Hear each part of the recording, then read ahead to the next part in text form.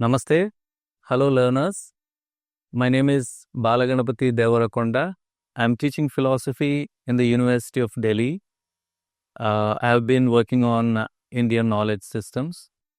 Today, we are going to learn Mahabharata, a kind of introduction about Mahabharata, where we try to get introduced to Mahabharata as a storehouse of knowledge.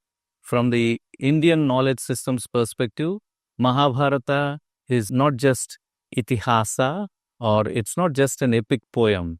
It is itihasa, but and also it is a living repository of diverse streams of knowledge.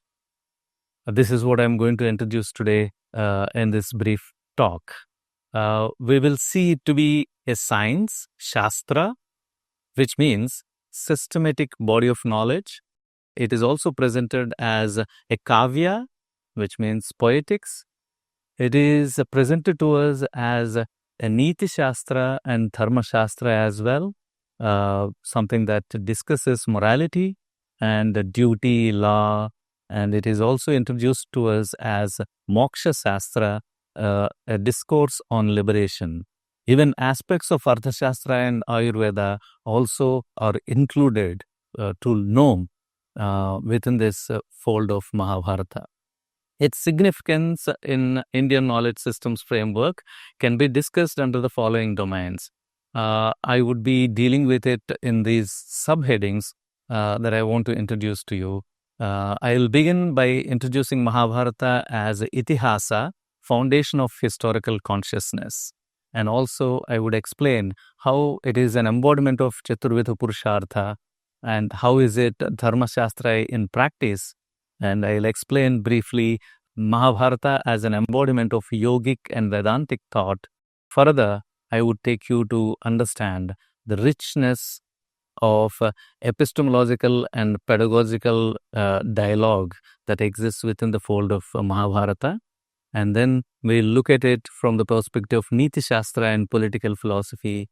And then we see it as an integrative Shastra which intersects with Ayurveda, Jyotisha, and music. Finally, I'll conclude by showing it to be something that contributes richly to civilizational memory and cultural continuity. So, these are the different dimensions from which I would like to introduce Mahabharata as a storehouse of knowledge. Let's look at the first aspect that I was mentioning, Mahabharata as itihasa, which means a foundation of historical consciousness. It is not an epic, no. Before we go into the theme, I would like to mention one important aspect that we have to keep in our mind while discussing about Indian knowledge systems, traditional classical Indian knowledge systems. Whenever we discuss classical Sanskritic Indian knowledge system in English, I often repeat this, that we are probably distorting 50% of what we actually want to convey. That's because English and Sanskrit are two distinctly culturally evolved languages.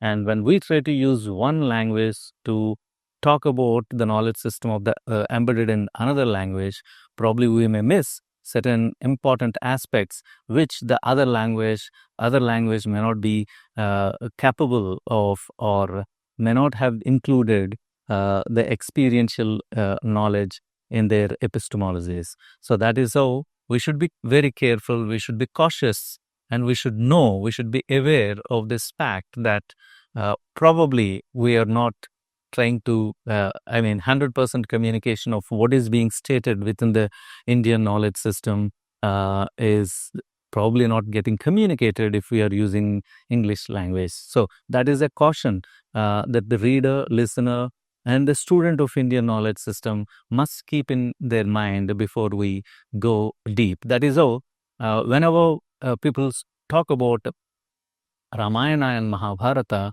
they say that these are epics. But epic as a literary device which has its origins in the West has a different kind of history behind it. And epic may not be a right word for depicting Mahabharata and Ramayana. In fact, Mahabharata and Ramayana are said to be itihasas. Okay, itihasa. The text also defines itself not just as history, but thus indeed it happened. Okay, it's a kind of integration of historical memory with ethical and philosophical reflection. That's what you would find in the very term itihasa. The text says itihasaha puravrittam dharmartha kama mokshadham, which means itihasa is the account of ancient events that imparts knowledge of dharma, artha, kama, and moksha. In fact, in Adiparva, Mahabharata provides a self-definition in terms of itihasam puranam cha panchamo veda uchyate. Itihasa and Purana are called the fifth Veda. This suggests that itihasa is not merely a historical narration, but a narrative that embodies and teaches dharma. The Mahabharata preserves oral traditions, genealogies, cosmic cycles, serving as a model of indigenous historiography. Genealogies in Mahabharata are not mere list of lineages. They function as frameworks of dharma, transmission, political legitimacy, and cultural memory. They are found in sections like Adiparva, Anusasana Parva, and Shanti Parva. For instance, we find Suryavamsa, Chandravamsa being depicted in detail in Mahabharata. So that is how Itihasa can be defined as Itiha-asa, thus indeed it was. If we are looking for a kind of comprehensive definition of Mahabharata, as Itihasa, then Itihasa is a structured narrative of past events, blending historical memory, moral instruction, metaphysical insight, and cultural continuity, told with the purpose of educating in dharma. So that is the silver line that one has to keep in their mind. And Itihasa usually said to have certain components as per Amaraposa, the lexicon that we have. It mentions certain components of itihasa as itivrittam akyanam cha puravrittam tadeva cha upakyanam katha akhyayika itihasasya lakshanam. These are the lakshanas that itihasa will have.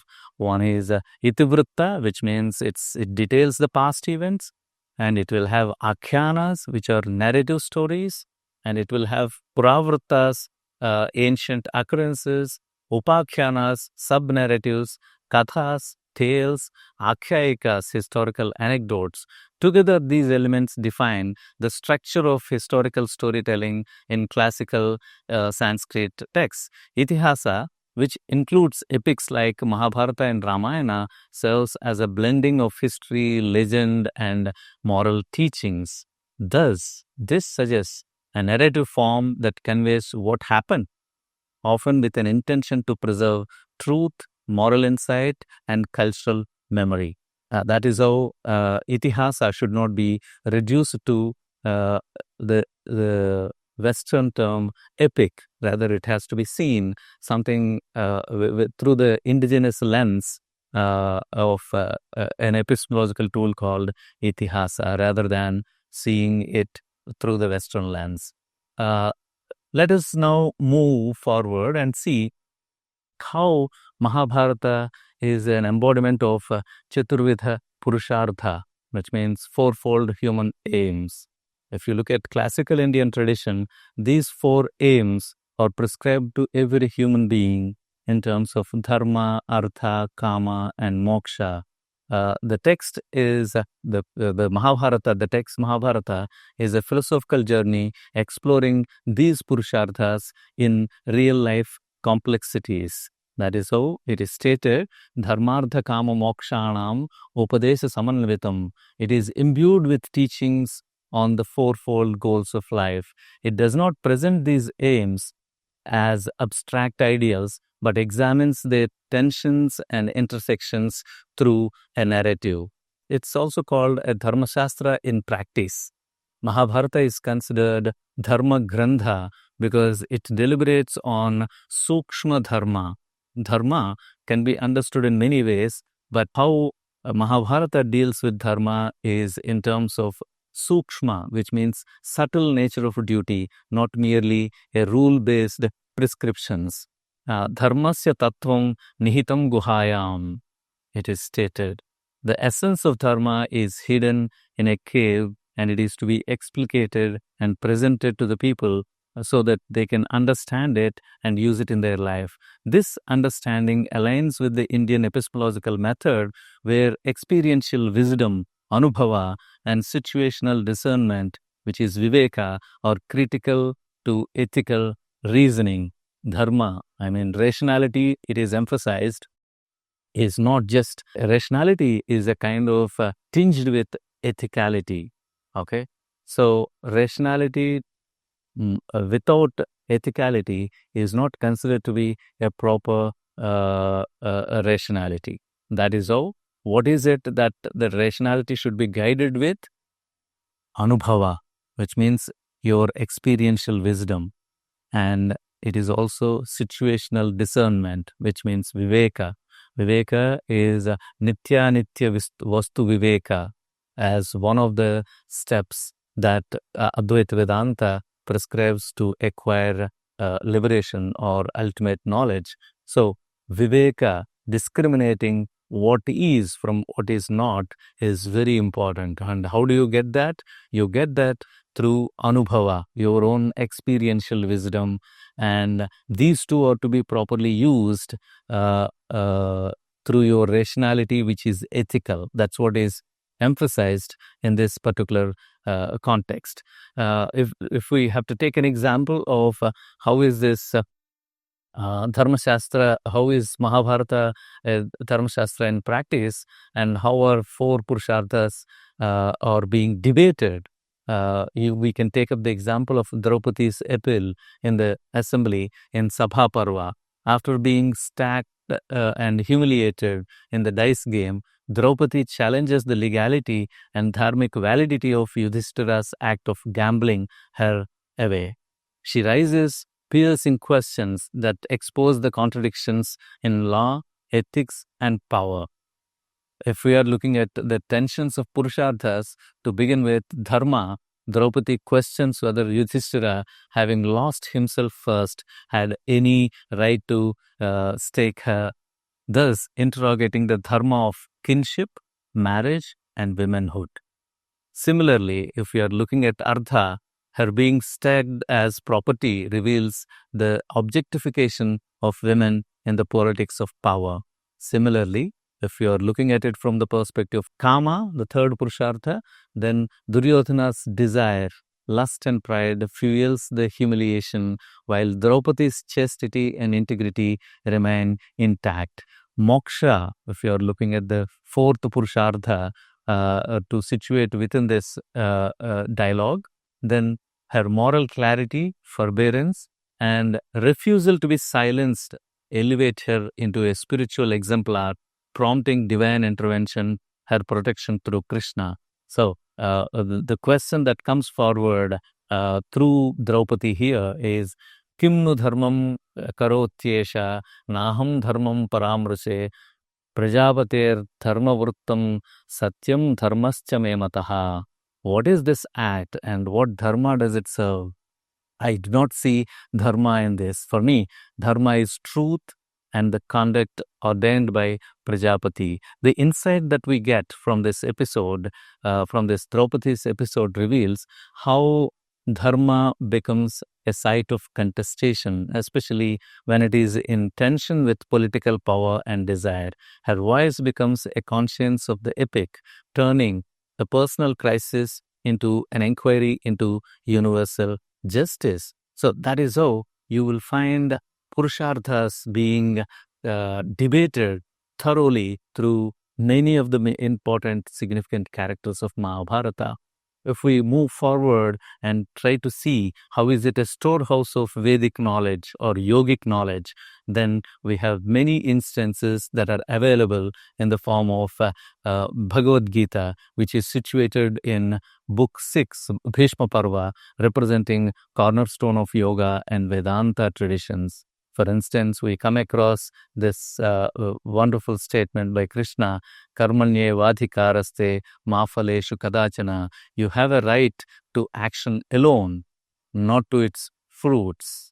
In general, even if we look at, understand human action, whatever we try to do, we have control over only what we can do, and we have no control over what can come out as a consequence or a fruit.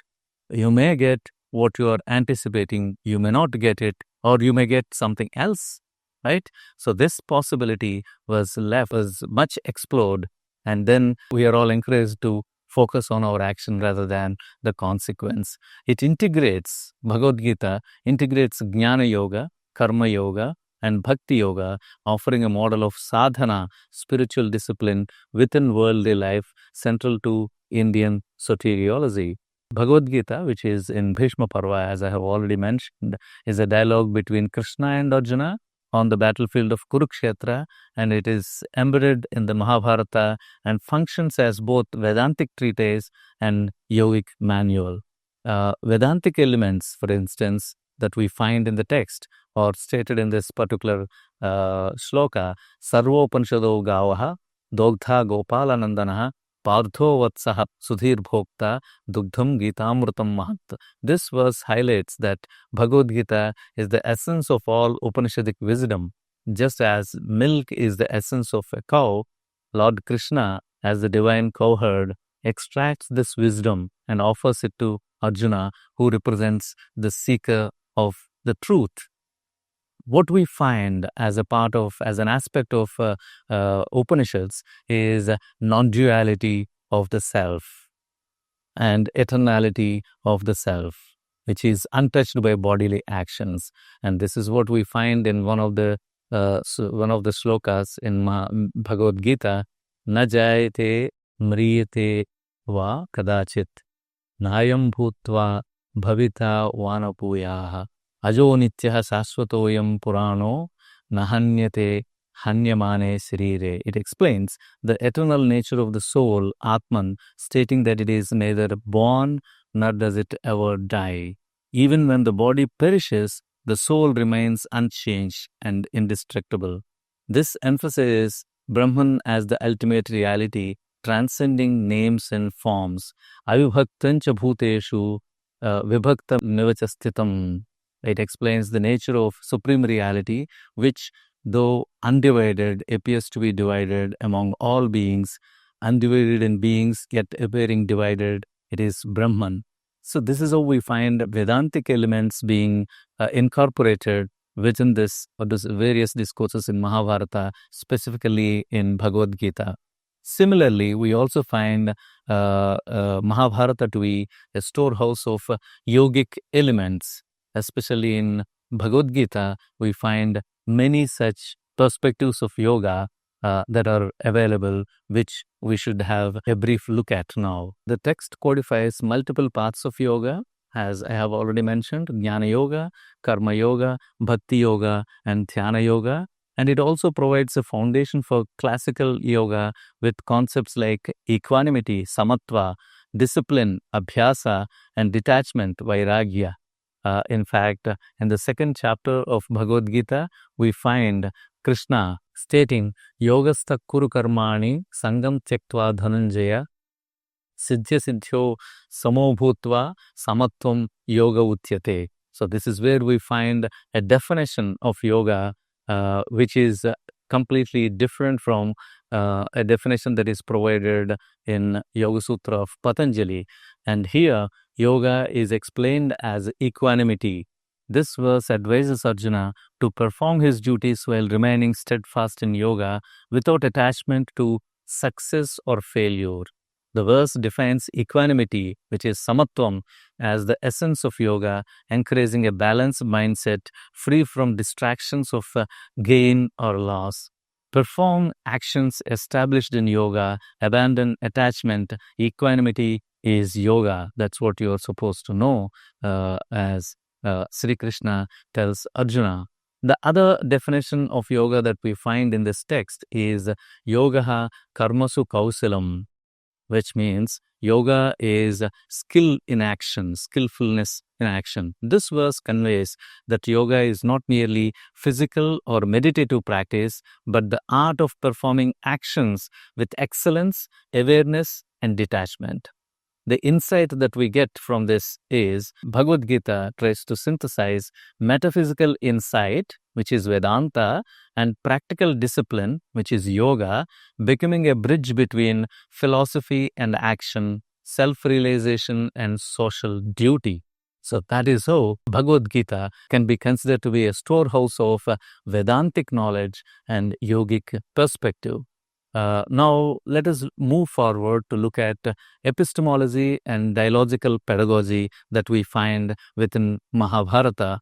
It's not just a text of dharma, it's not just a text of moksha, it's not just a text of yoga and Vedanta, it is also useful as a text of epistemology and dialogical pedagogy. That's what I'm trying to explain you in the further discussion.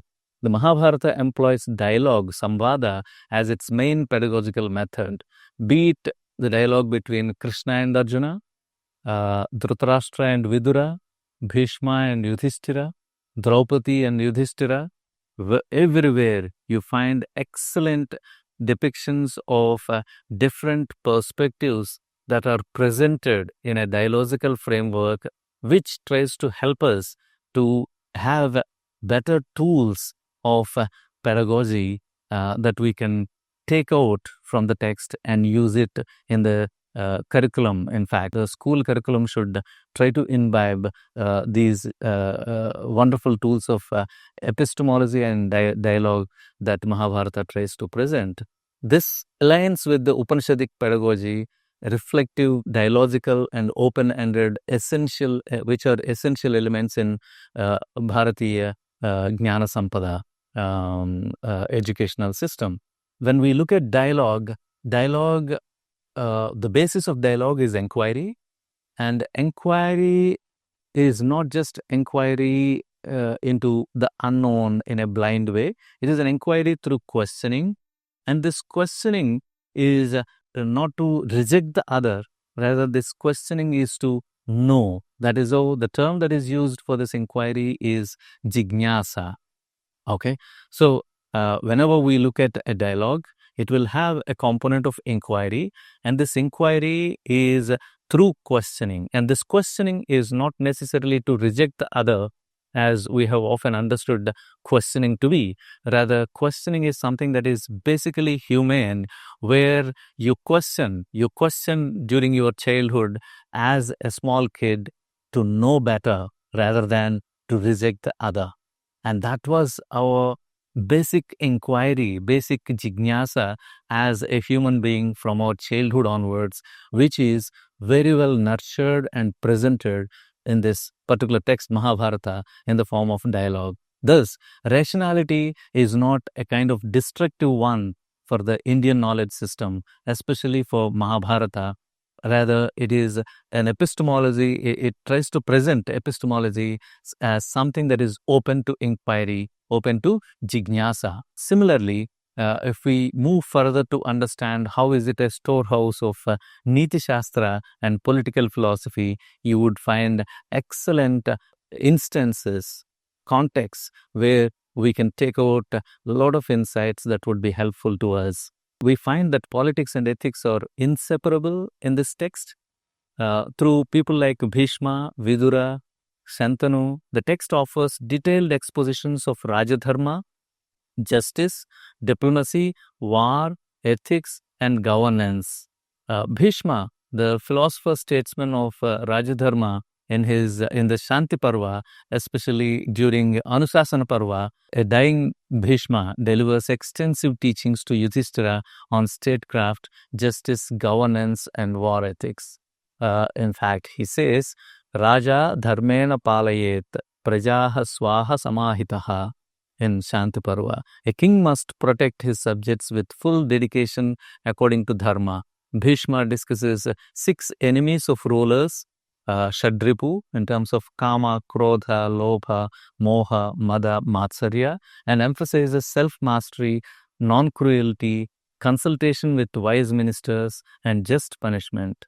He provides classifications of kings, types of governance in terms of monarchy and oligarchy, and even outlines principles of taxation and civil administration. Similarly, we also find Vidura as the ethical voice and a political counselor. Vidura, known for his wisdom and restraint, articulates Viduraniti, a concise manual of political ethics, diplomacy, and leadership. So these are some of the important aspects that we find within the text, which tries to help us to see how it can be a source of insights for on ethics and politics. Similarly, we also find Mahabharata to be a kind of integrative Shastra in terms of intersection, in terms of it being an intersection with Ayurveda, Jyotisha, and music. There are many instances where Mahabharata presents itself as a Shastra in its own right, not only trying to weave philosophical, ethical concerns, but also trying to function as a repository of multidisciplinary Shastric knowledge, reflecting the composite nature of Indian knowledge system.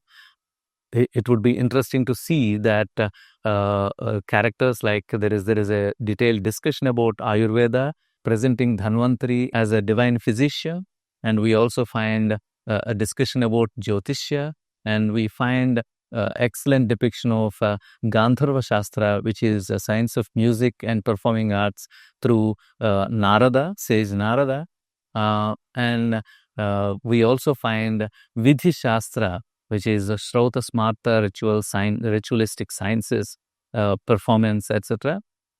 So these are all present Mahabharata to be a text which has different dimensions and different components of knowledge, and that is how when we look at it from the contemporary perspective and try to understand the text, we can find that to be a rich resource and repository of various forms of knowledge systems. Mahabharata thus is not merely a Shastra, but demonstrates their embeddedness in human life, governance, health, aesthetics, spiritual practice, making it a comprehensive text, reflective of interdisciplinary unity of Indian knowledge systems. We must note that it is also a text of civilizational memory. It is a text of cultural continuity. It sustains civilizational identity rooted in narrative memory, smriti, and moral imagination. That is how the text says, Yedi hasti tadanyatra, enne hasti natat kvachit. This often quoted verse from Mahabharata affirms its encyclopedic nature. It encompasses every branch of Indian knowledge system in seed form. This verse emphasizes the universality of knowledge. What exists here in this great epic can be found elsewhere, and what is not here cannot be found anywhere. It underscores the comprehensiveness of Mahabharata as a source of wisdom.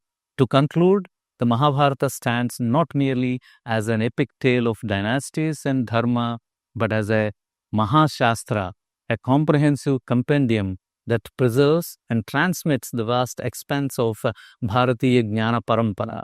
It integrates philosophy, ethics, polity, medicine, astronomy, music, ritual sciences, offering a vision of knowledge that is holistic, contextual, and transformative.